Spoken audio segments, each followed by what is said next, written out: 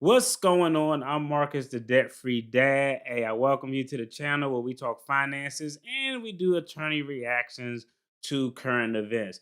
It's been a while since I was consistently putting out content because your boy was in charge for about a month or so at work, which just had me busy. I was busy. I had graduation going on. I was serving in this acting role. But thank God the boss is back. So you know what that means? I don't got to do all of that extra stuff. If you're new to the channel, I'm a licensed attorney. I'm licensed in several jurisdictions. None of those jurisdictions amount to me being your counsel. So I always throw out the disclaimer for the bar and so people can know what's going on. Growing up, when you're a teenager, early 20s, one of the things that we always have to work on is patience. I don't know, unless some of y'all was just patient as like a fetus or something. But for most people, including myself, patience is one of those things that you have to work on. Hell, I still have to work on patience now. I don't have patience for foolishness. I don't have patience for adults who foolishness. I don't have patience for a lot of stuff, but I'm still working on it. But having patience is a virtue and is something that's valuable, not only in our life, in our relationships, in our finances. I was just sitting here thinking about what situations and finances do you need to have patience for? And pretty much it's every damn thing. Everything that you may or may not want to do with your finances, you're going to require some type of patience. If you're living paycheck to paycheck, you got to have patience to get to that next paycheck so you can have some money, or you got to have some patience to get your money together so you can pay off payday loans or credit cards. If you're investing, you have to have patience to see your portfolio grow so the compounded interest can work. So there are a lot of situations in your finances where patience is very important. Purchases and patience, they go hand in hand. I was having a conversation with my son, the recent high school graduate, and I don't know why this was on my mind, but it was just on my mind to impart some wisdom, which you probably already know. And one of the things I told him, which is something I've adopted on my own, is anytime I'm thinking about purchasing something, and especially if it's an impromptu thought that just pops in my head, I normally wait 24 hours before I even pull the trigger on it. If I'm out and I'm walking through the mall or I'm on Amazon and I see something, I say, damn, I really want that robo vacuum. I'm using that as an example because I want a new robo vacuum because mine's died. But if I see it and I think is a good deal, even if I think is a good deal, I typically wait 24 hours before I make that decision. Why? Because when you see something you like, you see something you want, you have an extreme impulse. Maybe you all don't, but I do. Prime example, I think I told y'all when I went to go test drive the Tesla Model X, I went to go test drive that car and I literally came back and was like, I'm buying that right now. I'm gonna put a down payment on it. I don't care if I gotta make payments. I had it all set in my mind to go until the wife kind of used my financial guidance against me. I was really hot too. I was like, don't tell me something I told you back to me in a situation where I need to hear it. Let me just do what the hell I want to do.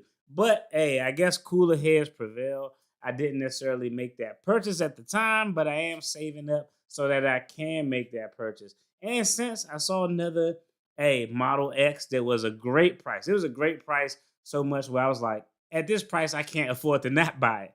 I went and test drove it. And because, the last time I kind of got through that hurdle of getting that impulse reaction out of my system, I test drove it. It was a good deal, but I was like, I don't really like that color. And it had a few cosmetic dings on it that your boy just wasn't feeling. So I was like, I respectfully declined. But one of the ways I exercise patience is anytime an impulse purchase comes to mind, I normally give myself 1 to 2 days, like to sleep on it before I make a decision to purchase. That'll help me get that impulse feeling out. And it will also help me just to kind of put the financial boundaries in place to see if I'm in the position to actually buy it.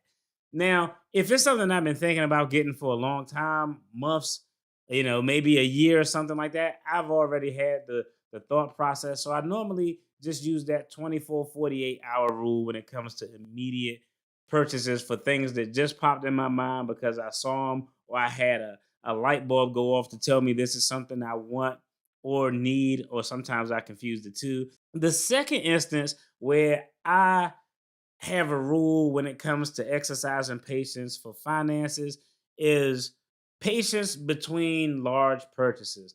I have a homegirl of mine, and she was telling me a story of how her and her husband went out and they purchased two new cars like in the same day. And I was like, damn, y'all some ballers. I was like, y'all some ballers. I never seen two people, I never seen a couple go out and buy two vehicles in the same day, unless it's like billionaire entertainer or millionaire entertainer. But that kind of got me to thinking about how do I use patience when it comes to large purchases. For me, large purchases are going to be a home, a vehicle, maybe some type of repair, like, oh, we want to get a new roof put on, we want to expand the driveway, stuff like that. I consider those large purchases. With large purchases, my general rule is once I make one large purchase, I don't make another large purchase for at least 18 to 24 months. Now, I know y'all probably thinking, well, wait. Why do you got an 18 to 24-month rule after making a large purchase? For me, I think making too many large purchases, for me, too close together would throw off my financial balance that I established here at the household of the debt-free dad. I got my wife a vehicle this year. Because I got my wife a vehicle this year, you know what I probably won't get this year? A vehicle for myself. Now, there are a few exceptions to that rule, but generally, if I make a large purchase, I like to give myself 18 to 24 months between making another large purchase. Drop your comment below. Let me know what y'all doing. And if you enjoyed this video, check out the content on the screen. There's going to be more content related to finance and attorney reactions.